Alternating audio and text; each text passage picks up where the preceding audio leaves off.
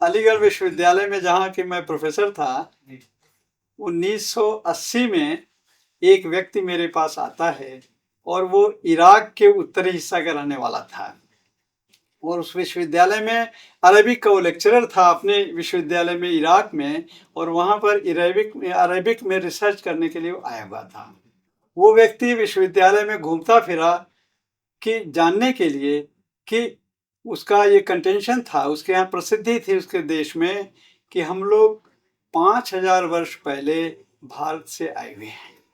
वहाँ पर इस्लाम के असर की वजह से इस बात को छिपाने की पूरी कोशिश की जाती थी और ये कुर्दिश था। कुर्दिश एक भाषा होती है जो कि उत्तरी ईरान और उत्तरी इराक में बोली जाती है।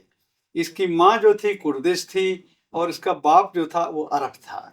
तो माँ के पक्ष की से वो प्रभावित ज़्यादा था और जानना चाहता था कि हम लोग भारत से कब आए होंगे, 5000 वर्ष पहले आए होंगे तो कैसे आए होंगे, क्या इसका कोई रिकॉर्ड यहाँ पर हिंदुस्तान की हिस्ट्री में मिल सकता है। और मुस्लिम यूनिवर्सिटी थी, वहाँ लोग हिंदुस्तान के इतिहास से उतने परिचित नहीं थे। इतिहास विभाग में भी गया, वहाँ के किसी व्यक्ति ने मुझे संदर्भित किया कि तुम जाओ प्रोफेसर सिंह से मिलो और शायद वहाँ पर तुम्हारी समस्या का समाधान हो सके। वो व्यक्ति मेरे पास आया इसी प्रपोजल के साथ कि हम लोग भारत से जो आए हुए हैं 5000 वर्ष पहले, क्या इसका कोई रिकॉर्ड मिल सकता है।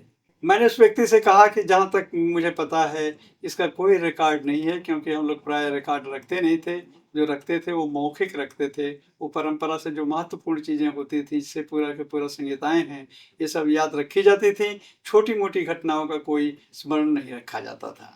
लेकिन एक काम हो सकता है कि कुर्दिश और संस्कृत के बीच में क्या संबंध है, इसके बारे में कुछ अता पता किया जा सकता है। उस व्यक्ति ने, जो कि अपने साथ कुर्दिश की एक डिक्शनरी भी लाए हुए था, उसने कई सौ शब्द इकट्ठा किए और हम उसके साथ बैठे, 20-30 हमने मीटिंग्स की, घंटों घंटों बैठे रहते थे और कुर्दिश और संस्कृत के बीच में तालमेल करने की कोशिश करते थे।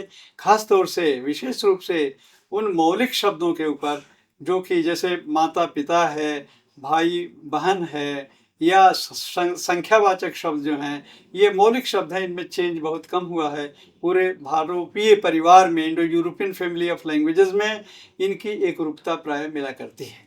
उसका परिणाम ये रहा कि करीब 70% शब्दों का तालमेल हमारा बैठ गया। इसका मतलब कि कुर्दिश जो थी वो संस्कृत से बहुत ही रिलेटेड थी और इसलिए कुर्दिश बोलने वाले जो थे किसी न किसी तरह से संस्कृत से परिचित थे। तो ये इस बात का सूचक है कि सचमुच कुर्दिश बोलने वाले जो रहे होंगे वो भारत से उनका कोई न कोई संबंध रहा होगा।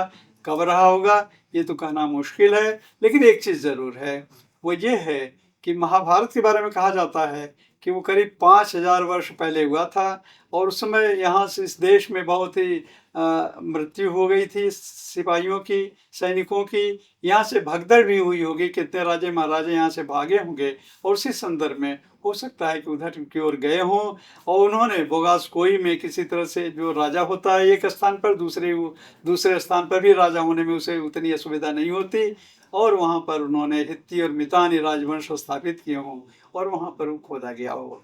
तो ये 14वीं शताब्दी ईस्वी पूर्व जो है, ये तो उसकी लोअर मोस्ट डेट है। उसके पहले हो सकता है कि ये घटना महाभारत काल की रही हो, 5000 साल पहले की रही हो। तात्पर्य 3000 ईस्वी पूर्व की।